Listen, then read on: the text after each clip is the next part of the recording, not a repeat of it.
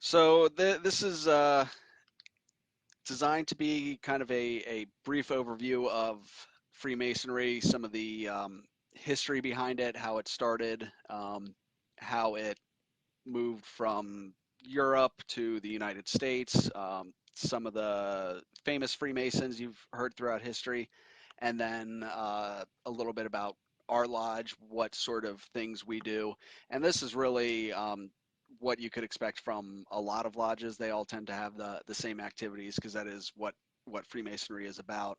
And then, yeah, we can answer any questions anybody may have about what to expect or what Freemasonry is. So the origins of Freemasonry, they aren't truly known. We like to use the symbolism of King Solomon's Temple and the building of that structure for metaphors, and depending on versions of history you see or look at, it can be followed from King Solomon's Temple all the way up to present day, although we talk about a lot of ideas from ancient Greece and Rome and kind of a lot of old topics that were around even before King Solomon's Temple. But in terms of the ideas of using the tools of masonry, of building stone structures, and using those as metaphors to as for self-improvement, it's something that's kind of been passed along the ages. But most people believe that masonry evolved from guilds who built castles and cathedrals in Western Europe in the Middle Ages.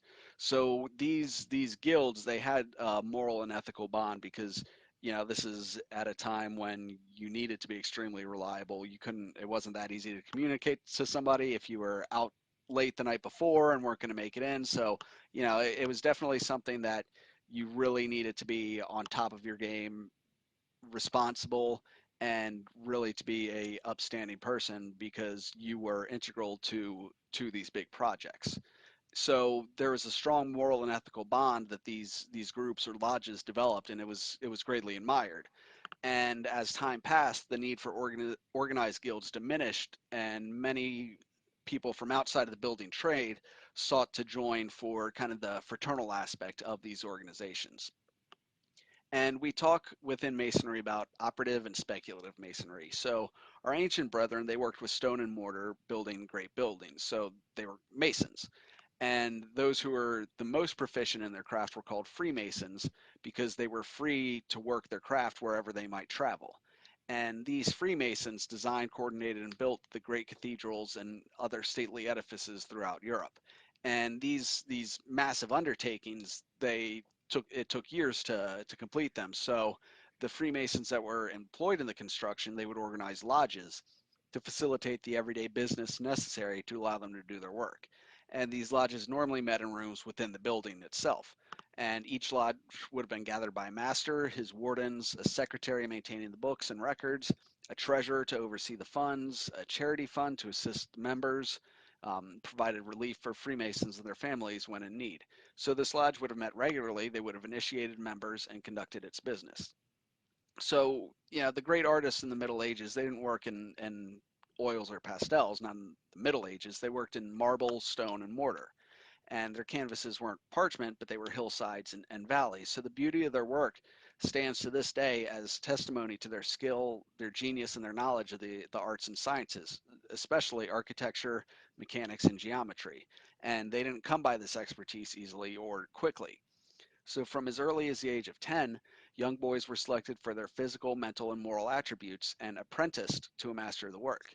So they would begin learning the skills and philosophies of the craft, and if they showed sufficient promise, their names were entered in the records of the lodge, making them entered apprentices.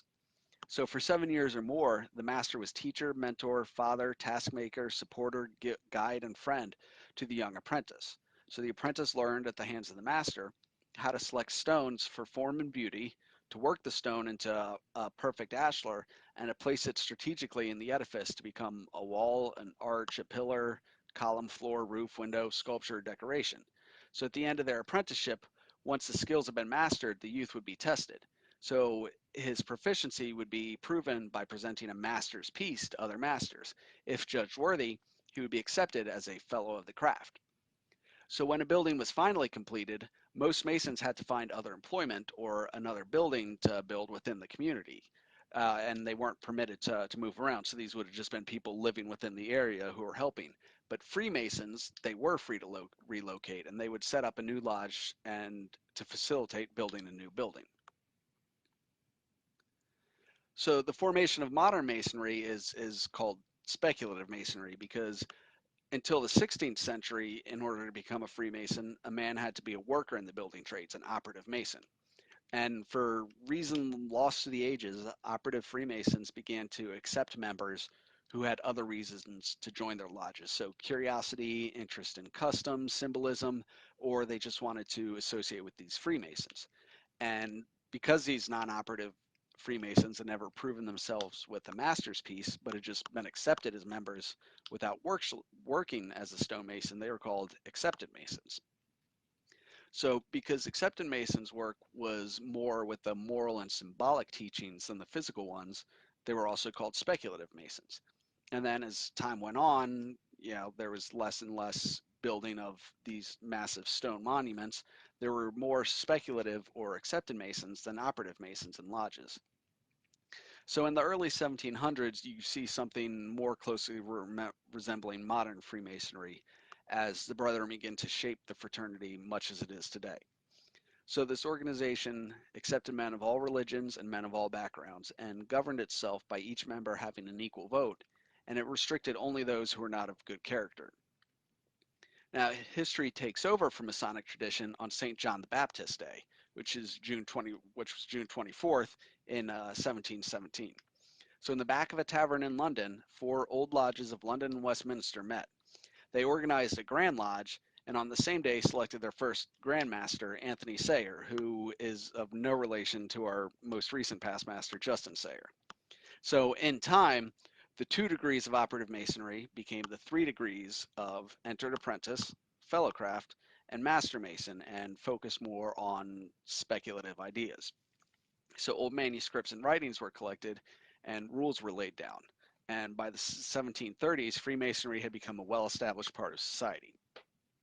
And in the same time, other Grand Lodges were forming in Scotland and Ireland and elsewhere. So these newly formed Grand Lodges began issuing charters to constituent lodges all around the world, including the 13 colonies in America. So Freemasonry coming to America. Many of the founding fathers of this country were Freemasons, including George Washington, Benjamin Franklin, and Paul Revere. So the Masonic ideas of tolerance, freedom, and integrity ran clear in the formation of America. 14 of our presidents were Masons, including George Washington, James Monroe, let's see if I can remember their first names, Andrew Jackson, I don't remember, Polk, Buchanan, Andrew Johnson, Garfield, McKinley, Theodore Roosevelt, Taft, Harding, Franklin Roosevelt, Truman, and Ford. So Freemasonry has existed in America since our earliest settlements, but officially recognized or chartered lodges wouldn't come until after the formation of the Grand Lodge of England. So since I guess European colonies were in in America, lodges had been formed, but it wasn't until the Grand Lodge that was able to issue charters that they really became officially recognized or chartered. So the first chartered lodge in the United States was St. John's Lodge, and it was established in Philadelphia in June of 1731, so really not long after the formation of the Grand Lodge of England. So around 1750, the Provincial Grand Lodge of Pennsylvania was formed. And in 1780, a man named John Coates resigned as deputy of the Provincial Grand Lodge of Pennsylvania, citing that he planned to reside permanently in Maryland. And in July of 1783, he organized the first meetings to discuss the formation of the Grand Lodge of Maryland. On April 17, 1787, 5 lodges from the Eastern Shore met in Easton and established the Grand Lodge of Maryland and held their first meetings in Easton, Maryland, and elected John Coates as their first Grand Master. So recognizing the growing significance of Baltimore City and the increase in membership in that vicinity, in 1793, the Grand Lodge of Maryland formally moved to Baltimore. Fast forward 200 years, in 1991, a new building was planned next door to Bonnie Blink, which is the Maryland Masonic homes. You'll hear a little bit more about those later, and that was in Cockeysville. So the Cornerstone Laying ceremony was held on October 12, 1991 for the new complex, and in 1996, the new Grand Lodge building was dedicated. So, even 200 years later in Masonry, it still took 5 years to build these massive stone buildings, as opposed to skyscrapers, which they can put up a lot faster. So Silver Spring Lodge. On May 9th, 1922, the charter for Silver Spring Lodge number 215 was granted by the Grand Lodge in Maryland, and we've been meeting ever since. Early meetings met at a house on the corner of Georgia and Thayer Avenues until 1926, when the lodge moved to Woodside United Methodist Church, which is now Silver Spring United Methodist Church. So the lodge's first permanent home was a custom-built 3-floor Masonic temple at the intersection of Georgia and Wayne Avenues in downtown Silver Spring, and that's the picture on the bottom left. And it shared the bottom floor with a Nash dealership, so a car dealership, and then on the top floor was the lodge. And the cornerstone was laid with Masonic ceremonies on June 18th, 1927, and at the time, this 3-story building was the tallest building in all of Silver Spring. And the building itself is still standing, and it's located near what used to be the Discovery Channel headquarters. So in the late 1960s and throughout the 70s, focus was placed on determining how to most appropriately renovate our aging 1920s era building or find a new location to build a new Masonic temple. And this tends to be a common theme among lodges of how best to maintain these properties. And in 1980, the last meeting was held at the temple on Georgia and Wayne Avenues, and the cornerstone of our current Silver Spring Masonic Temple was laid on October 30th, 1982, and in 1983 we held our first meeting at our current building. So in 2012, Silver Spring number 215 celebrated our 90th anniversary with a special banquet for Masons around the county and their families. And so in 2017, we celebrated 95 years as a lodge, as well as the 300th anniversary of modern Freemasonry, as the Grand Lodge of England celebrated its 300th year. So, coming up in 2 years, we'll turn 100 years old. So that's going to be a pretty exciting year for us. So what we do, and this is our lodge, but this is also something that's expected kind of among all lodges in Masonry. So we have lodge meetings where we have ritual and degree work. So the 3 degrees that we talked about, we'll have these degrees, we'll have presentations, we'll have business meetings. It's kind of a mix of a bunch of different portions, but there's ritual to open and close meetings. There's reading of minutes, hopefully limited, because you don't want to sit through reading of minutes for a long time. And then fraternal discussion or presentation, or generally just kind of planning some of the events that are happening throughout the year. So there's a lot of organization that goes on within Masonry, within being part of a lodge, and there's a lot that members can contribute and should contribute in terms of helping out with committees, with organizing some of these events, and within the degrees. And afterwards, after a degree, the candidates, the brothers, are required to memorize a portion of the degree in order to demonstrate their proficiency. Remember the master's piece that they would have had to do. So there's always working with the brothers to teach them about the degrees and the catechism as well. We also have fraternal events. So there's Harvest Home Day up at the Grand Lodge, where you can go and eat all the sausage and pancakes you want. Lodges will have cigar nights, festive boards, which, if we go back to the formation of modern Freemasonry, the way this table is set up, that seems to indicate that it was a festive board, because the tables are in a U shape. They've got food available, and that's more a meal with some toast, and then usually another presentation about Freemasonry. And really, all of these presentations, they could be about whatever anybody's interested in presenting about. So there's a lot of encouragement for people to find what interests them, learn about it, and share that knowledge with other brothers. There's charitable events. Silver Spring Lodge volunteers with a Wider Circle, which is an organization in Silver Spring that takes household goods and items that are donated from members of the community and distributes them among people who may have just secured housing and really need help furnishing this house.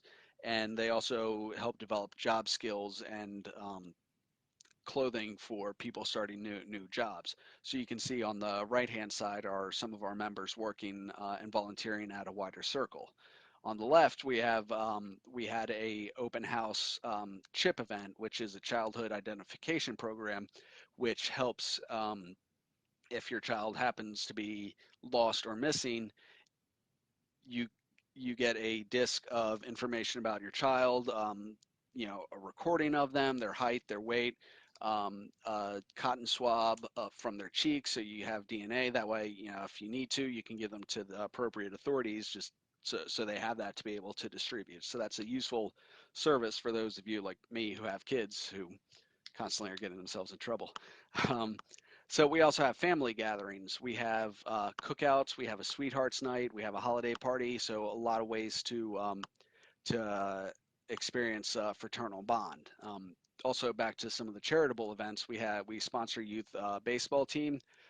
Other lodges will sponsor youth sports teams, and there's a scholarship we were just talking about earlier that we do with the Grand Lodge, and we gave out this year and last year two $500 scholarships to students of the local high schools who write just an essay, fill out this application for a scholarship, and the brothers read these scholarship applications and kind of decide who to give the scholarship to. So it's a great way that we give back to the community. And so with all of this, we have these rituals, these initiations, and they use these symbols, these allegories of masonry, of Middle Ages building to teach moral lessons. And that allows each of us to reflect on who we are and where we're going. And especially now when people are kind of required to stay indoors, with their families or with themselves, there's a lot more time these days for self-reflection, probably even more of a desire for fraternity. So, hopefully that kind of uh, encourages people to look more into some of these organizations. But we're a traditional society, but we easily fit into the lives of modern day men. We meet once. Some lodges meet once a week. Some lodges meet once a month. Most lodges meet 2 weeks a month, but you can generally assume you'll be busy every week with masonry. But it's an evening of the week that kind of gives you an escape from, not necessarily an escape, but a way to leave the outside world. Symbolically, you're stepping into King Solomon's temple, and when you get into the lodge, you change into a suit or a tuxedo, and you kind of are transforming yourself mentally into the state where you can go in, and focus on brotherhood and even just organization of a lodge. You're not supposed to look at your phones in lodge, so you can kind of let go of some of those family worries, your job, whatever else you have going on, at least for a few hours, and it's really kind of a refreshing experience to be able to do that and to share that with people. So that's a very useful aspect of masonry. So we talked a little bit about charities, and I left my heading from a previous presentation for the trivium, but you know what? There's three of them, so it works. So there's many charitable endeavors and initiatives of Maryland Masonry. There's Maryland Masonic Charities, which is the official charitable nonprofit organization of the Grand Lodge, and it's had successes in many different projects working with lodges around the state. So some of the three, we'll call them the trivium, these philanthropic efforts include, but they're not limited to, the CHIP event, which we had talked about, but it's a comprehensive identification and protection program designed to give families measure of protection and means of action if a child ever goes missing. So you have this disc that um, you can take to the authorities if your child goes missing. And this is a program that's provided free of charge. We don't retain any of the information, but it's just kind of a good thing to have. We give out the scholarships, and the Masonic Charities of Maryland offers a statewide scholarship each year, and it gives 100 graduating seniors, but I think they one from every lodge, gets the chance to be awarded a scholarship ranging from 500 up to $5,000. So when you go to, previously there would be a reception, and those who attended would also be in the running for kind of the grand prize. We also have Bonnie Blink, which is this middle picture. It's the Maryland Masonic Homes, and it's a retirement community for Master Masons and their families. And if you're a Master Mason, if a member of your family needs long-term care, rehabilitation, look into the Maryland Masonic homes. They're other people are better at the pitch than I am, but they take Medicare. They work with all the different payment plans, and they have different levels of care depending on what's needed. But even if you have you need rehab after surgery or something, you can still go to the Maryland Masonic homes. So other Masonic bodies, there's the Shrine. Everybody knows those red fezzes, or you've seen a Shriner driving the mini car in a parade, or seen the East-West Shrine football game. But every one of the Shriners is a Mason. That's the same for all of these. The Shrine, York Rite, and Scottish Rite.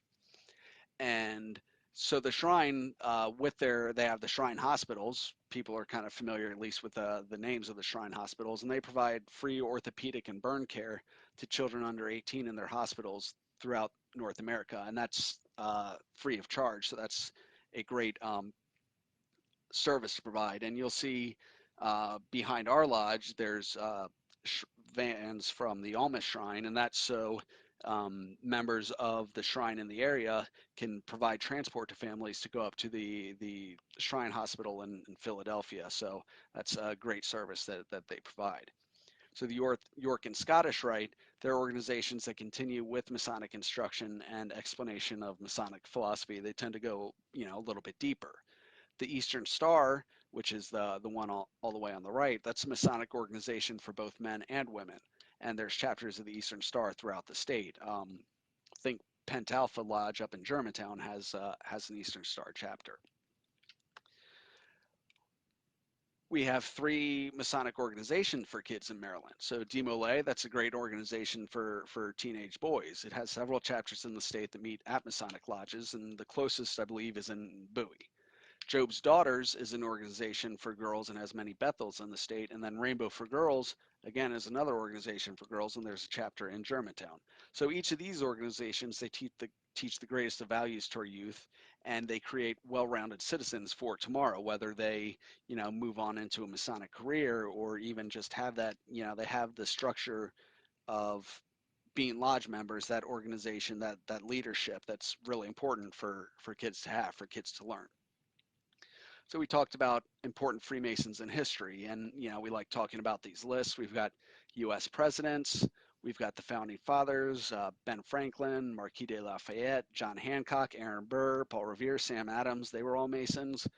Explorers and adventurers, like Davy Crockett, Jim Bowie, Sam Houston, Lewis and Clark, Buzz Aldrin. Science and medicine frontiers, so Edward Jenner, who discovered the cure for smallpox, Joseph Lister, he pioneered the concept for antiseptics in medicine, and Alexander Fleming, who won the Nobel Prize for discovery of penicillin. We've got actors and entertainers who are Masons, the Ringling Brothers, John Wayne, Harry Houdini, Richard Pryor, Mel Blanc, athletes such as Jack Dempsey, John Elway, Scottie Pippen, Lord Stanley Preston, who the Stanley Cup is named after. There's businessmen like Henry Ford, Walter Chrysler, Charles Hilton, Colonel Sanders, Dave Thomas, Steve Wozniak, who co-founded Apple.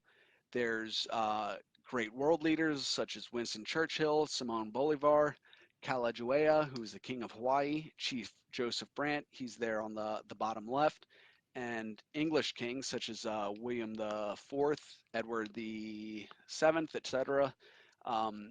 U.S. civil rights leaders such as Booker T. Washington, W.B. Du Bois, Thurgood Marshall, Medgar Evers, Jesse Jackson. Art, music, and literature contributors, so Mozart, Oscar Wilde, Alex Haley, Mark Twain, Robert Burns, and John Steinbeck were all Masons. And one of the things that I'm interested when we talk about this list of famous Freemasons is, what does that actually mean to us as a lodge? What does it mean that George Washington was a Freemason? What inspired these people to join? What did they do with their Masonic education, and how does that really link us and what we do to those people? And it's really this idea that everybody has a measure of greatness within them.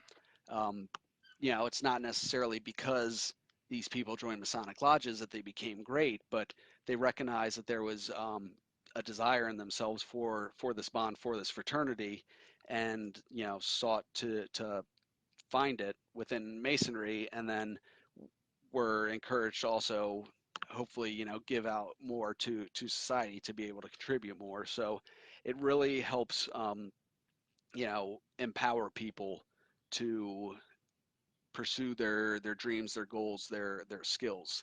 Um, so you know, in terms of what the importance of those people are to Masonry, it's good to just kind of be able to examine their lives and what inspired them throughout their lives, and kind of see what lessons they may have learned and what the parallels to Masonry could be. So what can you get from us? That's kind of, as people are interested in joining, you kind of want to know, well, not completely in a mercenary way, but kind of what's in it for me. And so you get friendship, you get a a group of brothers who all share similar principles, similar ideals, and can really help bring you together. You can go into a lodge anywhere, and you really get this group of people. You can go around and shake hands with people, and really, it's just an entire group that it's almost like an instant friendship. You get everybody who says hi to you, asks how you're doing, and it's people who will do whatever they can to help you, and that's really um, a valuable thing to be able to get, to be able to travel around and meet people from everywhere with these common aims, these common goals. I kind of mentioned a little bit public speaking skills. There's memorization of parts of the ritual that you know you could say, all right, well, why do I have to memorize all this stuff? How is it going to help me? But it's it's a useful skill to have. You figure you learn a lot of things just from memorization. But as you memorize these things and you work with a mentor who's teaching you kind of the deeper meanings, it gives you a chance to really examine what you've gone through, because during the degree, that sort of stuff just goes so quickly over your head that it's hard to remember half the time. And so to be able to really examine what happened, what you went through, and then ask questions about the deeper meaning of it is really important. If you want to progress within Masonry, that's something that you're going to have to memorize anyway. So just being able to do that work and learn that information is extremely helpful. It gives you an open venue to explore your strengths. I joke because we do seem to have a lot of Masons who are into carpentry and are always working on different woodworking projects, and you can always find people working on that. You've got people interested in craft beer or whiskey, but even within a lodge itself, yeah, I mentioned earlier, a lot of lodges talk about how to maintain a building. There's sometimes, having an electrician who's a member is helpful. Having someone who's good at organizing something, a landscaper, a contractor, not, just somebody who can help out with some of this stuff. And especially as technology advances, you know, you need someone who can run web stuff and check email and communicate with people coming in. So there's a lot of different avenues that you can use to really explore um, what it is that you're good at, or even to try something new. All of these positions that we have, they're all voted on every year or appointed. So it's never the case that someone's going to just have a dynasty. So if you're interested in being a treasurer or a secretary, you can work with the current one, kind of learn the ropes, and run for secretary or treasurer for the next year. Or we have the marshal who leads everything, or the chaplain, and it really within the lodge gives you a lot of opportunities to explore. We have dinners before a lot of our meetings. So if you're someone who likes working in the kitchen or putting on those sorts of events, that's something that's helpful. There's a lot of just infrastructure behind the scenes stuff that really anybody has the strengths and can contribute to, which actually does kind of lead into what's expected of you. And the number one thing is attendance, because um, a lodge isn't that useful to, it's not that useful to join Masonry to go through all of this and then um, stop going, because if it wasn't exactly what you're looking for, um, it'd be useful for us to know. But that's something where having these open houses, these events, gives people opportunity to learn about Masonry and to um, learn what's expected of them. And then hopefully that Silver Spring Lodge meets the second and fourth Monday, but you can assume that when you're starting out, and if you're becoming an officer, that you'll pretty much be there every week. And so just knowing that that's kind of something that's important. A lot of the times people's lifetimes change. Their work schedules may change. You may have kids. You may move to a different city, different state, but you know, um, so there is flexibility. It's important that your family and work come first, but you know, um, that's an important part of Masonry is attendance, of going to these events so you can learn. You kind of learn something different every meeting, so it's always an idea of progressing, of moving forward.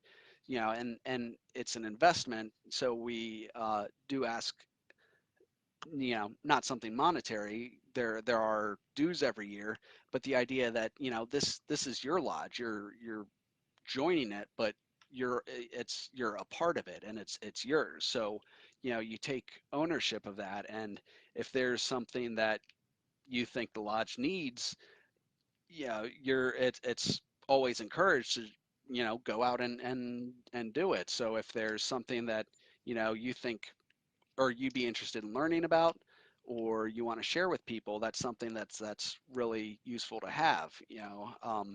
When I joined, we didn't have much of a website, so I said, well, that's something I can do, and kind of went from there. So it's really, again, um, this idea that if you join it and you don't like it, um, it's still yours. You can still change that. You can still kind of hopefully help work to make it what would be beneficial to you, provided it isn't detrimental to everybody else. And then it's also important to have good character. We want somebody who will show up, who is reliable, who won't cause friction among the members, and those are generally just good characteristics to have within society. So one of the things we say is we take good men and make them better. So the first step is you have to be a good man to be able to join. So um, if you have any questions, we have the chat feature. It's live on Facebook, but you can always message us. You can email us. You can find your local lodge if you're in Maryland at the Grand Lodge of Maryland website. You can find the lodge closest to you, but it's important that you assess your availability, your work schedule, which these days is kind of the most important part, and figure out which lodge is either closest to you, closest to work, and meets at a night that you can actually attend. You can reach out to us at education@silverspring215.org. We have a Facebook page you can follow, and we have a YouTube channel that I did forget to hit record for this, so hopefully the Facebook one's still going, and eventually may make its way up onto YouTube. But um, at least while we can't meet in person and discuss some of the more deeper stuff of the ritual, these will have to suffice.